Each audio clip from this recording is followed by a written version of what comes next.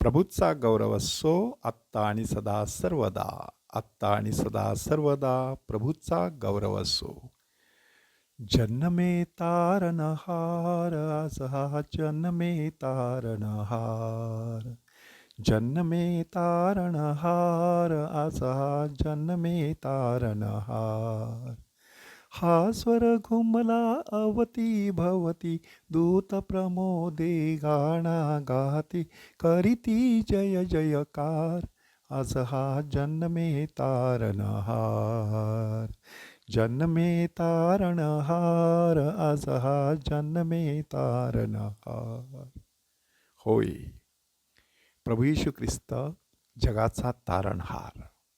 त्याच्या जन्माने कोणाकोणाच्या हृदयाला स्पर्श झाला ते आपल्याला ह्या दिवसामध्ये सांगण्यात येतं. त्यातील एक व्यक्ती म्हणजे शिमोन संदेष्टा. त्या शिमोन संदेष्ट्याने बाळाचं कौतुक केलं, परंतु त्याचबरोबर ह्या बाळाचा सांभाळ करणाऱ्या आईला कोणत्या दिव्य यातनेमधून जावं लागणार आहे त्याचं देखील अगोदरच भाकीत केलं.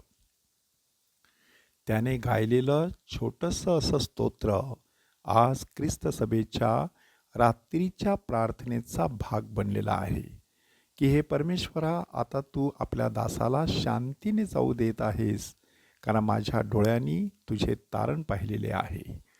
आणि अशा प्रकारचं हे छोटंसं स्तोत्र रात्री झोपी जाताना आपण दररोज म्हणावं अशी अपेक्षा असते. आणि म्हणूनच ह्या शिमोन संदेष्ट्या व्यतिरिक्त त्या मंदिरामध्ये असलेली हन्ना संदेष्ट्री हिचा आज आपल्यासमोर आदर्श उभा करण्यात आलेला आहे. सर्वप्रथम आपल्याला तिच्याविषयी माहिती देण्यात आलेली आहे. 84 वर्षांची विधवा. प्रार्थना आणि उपवास सेवा करत ती मंदिरातच राहत असे.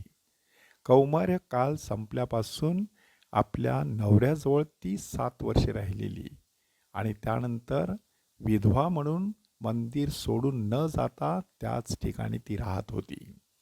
अशा प्रकारची आध्यात्मिक साधना जेव्हा माणूस करत असतो तेव्हा साक्षात परमेश्वर अशा व्यक्तीच्या भेटीला येत असतो.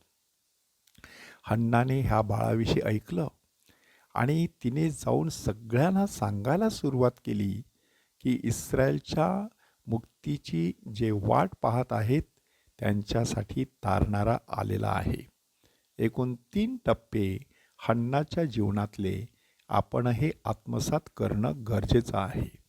पहिला टप्पा आहे आध्यात्मिक साधना, दुसरा टप्पा आहे परमेश्वराची भेट आणि तिसरा टप्पा आहे सुवार्ता प्रसार. आपण कोणत्या प्रकारची आध्यात्मिक साधना करत आहोत की ज्या आध्यात्मिक साधनेद्वारे एक दिवस परमेश्वराची आपली भेट होणार आहे. परमेश्वराची भेट होत असते तेव्हा नक्की काय घडत असतं? जीवा शिवाची ती भेट, आत्मा परमात्म्याची ती भेट.